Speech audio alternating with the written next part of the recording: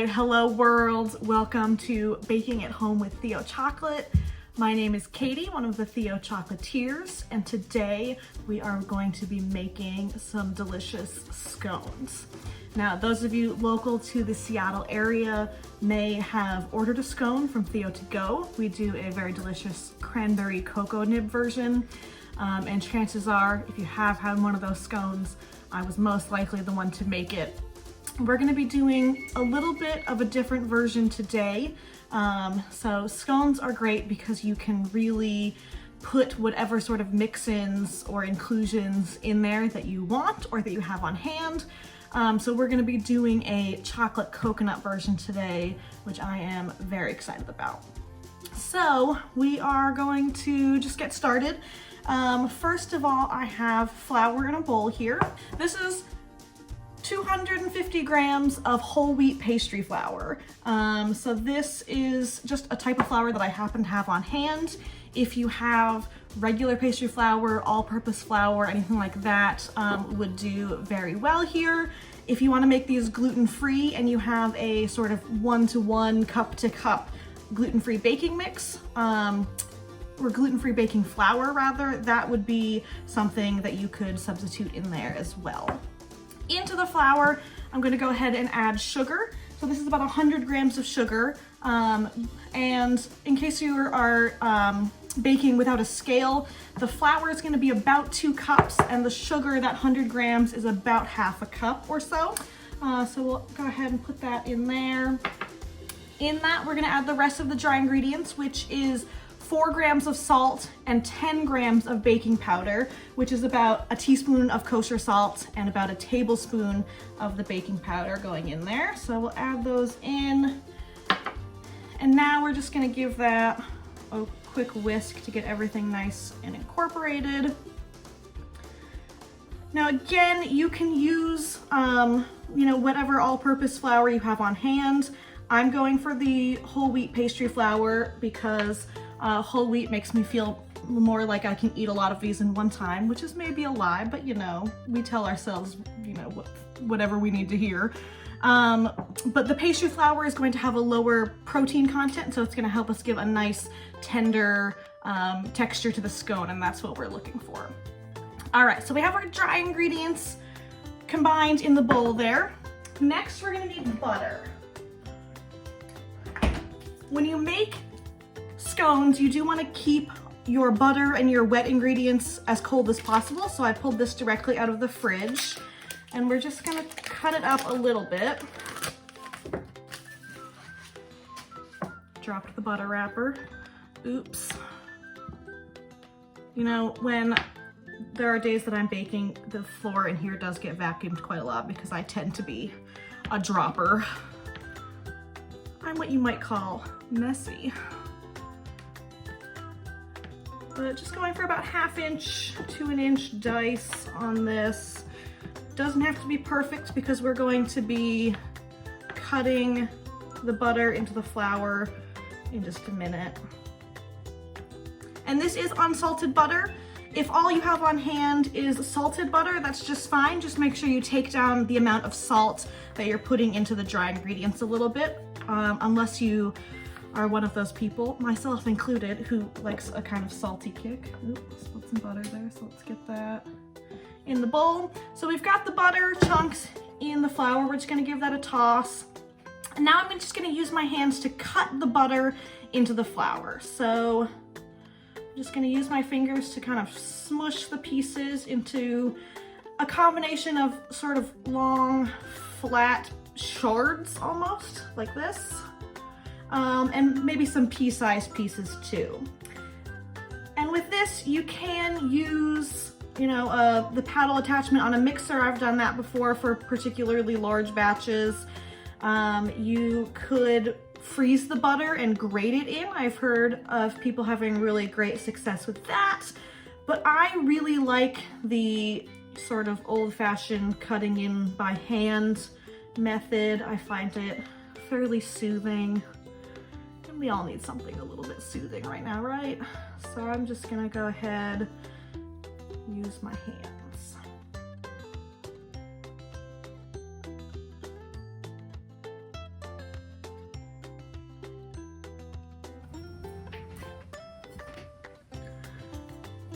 Okay, that's about what we're looking for here.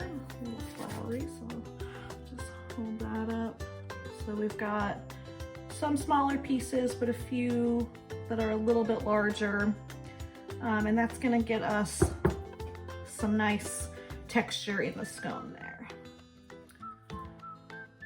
All right, so now we have the dry ingredients with the butter cut in, and now we're going to add the inclusions. So in this case, I have about 100 grams of Theo Chocolate. I have a combination of our 85% dark chocolate as well as some 70% salted chocolate, just because that's what I had on hand.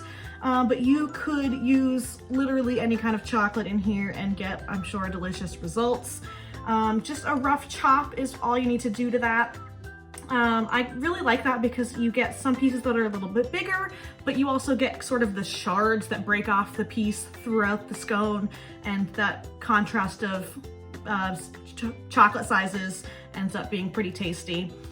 This is a little bit more than one classic Theo chocolate bar. You could get away with doing just the one bar. That's going to be 85 grams as opposed to the 100 here. But since I had a little more, I thought, you know what, more chocolate is always better. In addition to that, I have about 50 grams of unsweetened shredded coconut. You don't need a ton of that. A lot of times I would do equal amounts of whatever different inclusions I'm putting in, but because the coconut is really lightweight, 50 grams is plenty. You could absolutely use sweetened coconut if that's what you have. I think using fresh coconut would be, while adventurous, a little bit difficult, so stick with something that's gonna be a little bit easier. So chocolate and coconut going right in to the dry ingredients, and I'm just gonna give that a toss with my hands to get everything mixed in. I'm gonna wash my hands, so hold on one second. Okay, nice clean hands now, although they're just gonna get very messy again in a second, but at least this way I won't leave floury handprints all over the kitchen, which, yes, I have done before, but we'll try to avoid it for today. So, we need things from the fridge. So now our wet ingredients. So I have heavy cream here. So this is about 160 grams of cream, which according to my measuring cup is about 2/3 of a cup, almost 3/4 of a cup of cream there. You may need to adjust your cream depending on what kind of flour you use. So just keep an eye on it. If it looks really kind of crumbly and floury in the bottom, you can put another splash of cream in, no problem. So into the cream, I'm gonna crack 1 egg. It's gonna help get us some nice moisture in there, keep everything, I don't know why I left in the middle of that sentence, sorry, keep everything tender, because tenderness is really what you're looking for in a scone, and sometimes just in life, you know. So I've whisked the egg into the cream, just put that aside. And now I'm gonna go ahead and add the cream to the scone mixture here. So I'm just gonna pour that in, grab a spatula just to make sure I get all that out. And you do want to keep the cream and the egg in the fridge until you are ready to use it. Same as the butter, you want everything to be nice and cold when it goes into the scone, so you can get some nice rise on them in the oven. Okay. I usually start mixing with a spatula, but it is really easiest to go in by hand. And then once you have things start to come together a little bit, I'm gonna go right onto my board here. You can just do this directly on your kitchen counter, whatever is easiest. Okay, so just kind of get this to come together.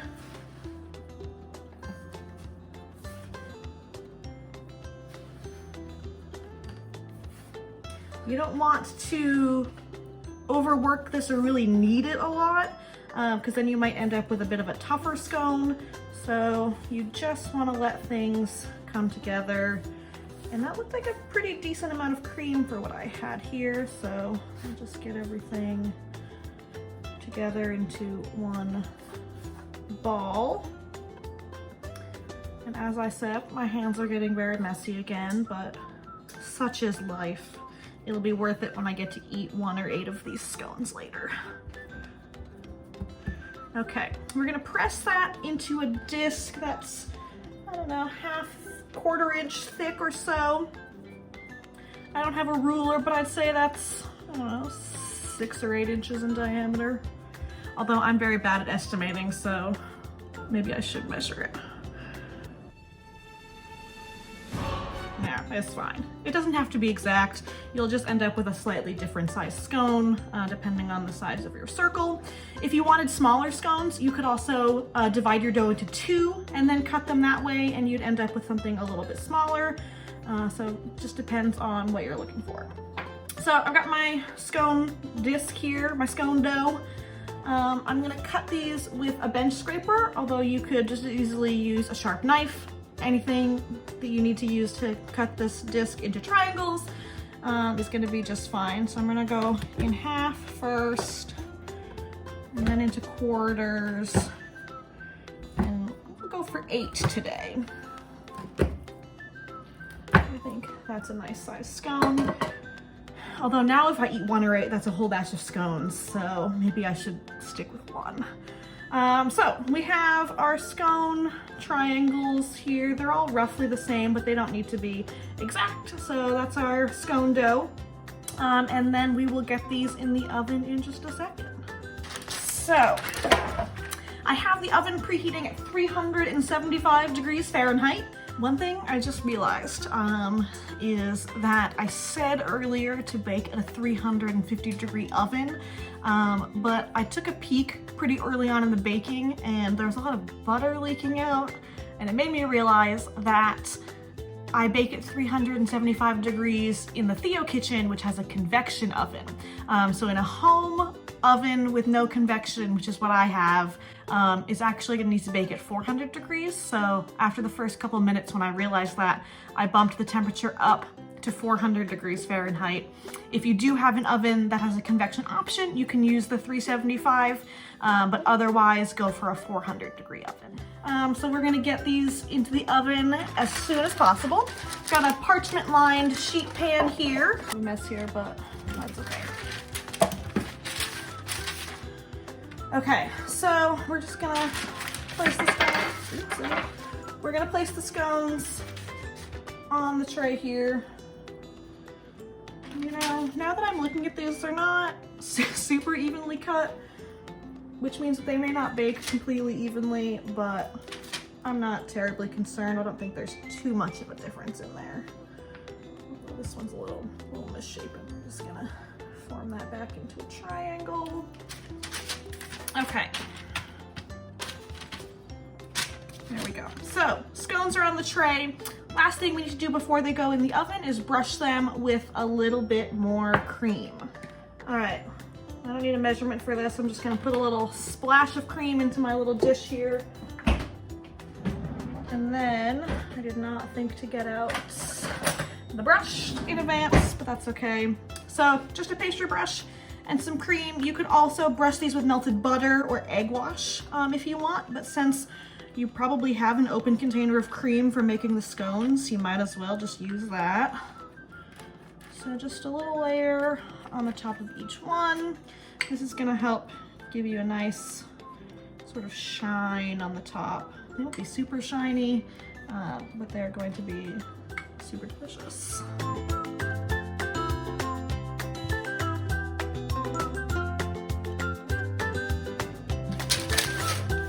To the oven.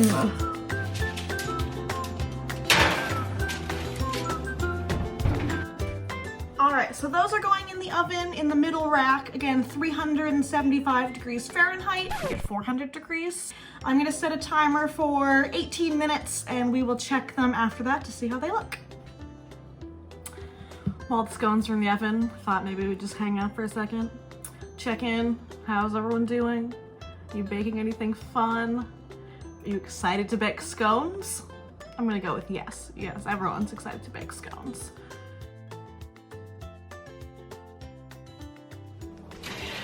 All right, so the timer just went off. Although, to be honest, it did get turned off accidentally somehow in the middle of the process, so I'm not 100% sure how long these have actually been in here. Taking a look at them, I can tell they're not quite done. I want a little bit of a darker color along the top, so I'm going to go ahead and stick these back in for a few more minutes.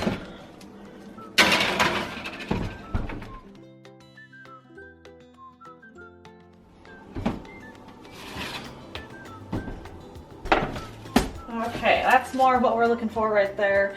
Even golden brown color. They spread a little bit, and I think that is largely because the oven was a little too cool the first time they went in, but that's not the end of the world. They're still going to taste delicious. Okay, so the scones have been cooling on the pan for a little bit. They're still a little warm, but I'm tired of waiting. So because I have no willpower, I'm gonna go ahead and try one of these scones. So, looks pretty good. It's got those chunks of chocolate in there, nice golden color on both the bottom and across the top surface. We're gonna, ooh, that looks delicious. So it's got a nice texture inside, still nice and soft, even though there's a little bit of crispness around the edges. Now I'm gonna eat this. Very excited.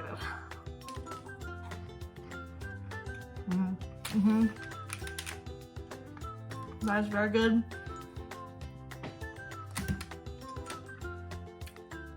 You get those kind of melty hits of chocolate because they're still warm, and there's coconut throughout it. I'm gonna say overall this was a successful scone. Great thing to have for breakfast or a snack. Breakfast is not only the most important meal of the day, it's also the most delicious, and you can make your breakfast extra delicious by making really tasty homemade scones. It's really not too difficult to make. Anyone can do it. You don't need any special equipment. So grab all of your ingredients, get some cool inclusions, some chocolate, and make some delicious scones. I'm very excited for you all to try it. Thank you so much for watching this video and watching my scone experience. I hope you all have a wonderful day. Make sure you subscribe to the Theo Chocolate YouTube channel because there might be some more fun videos like this headed your way. And go ahead and share it so that way you can share the scone love with all of your friends. Thanks so much.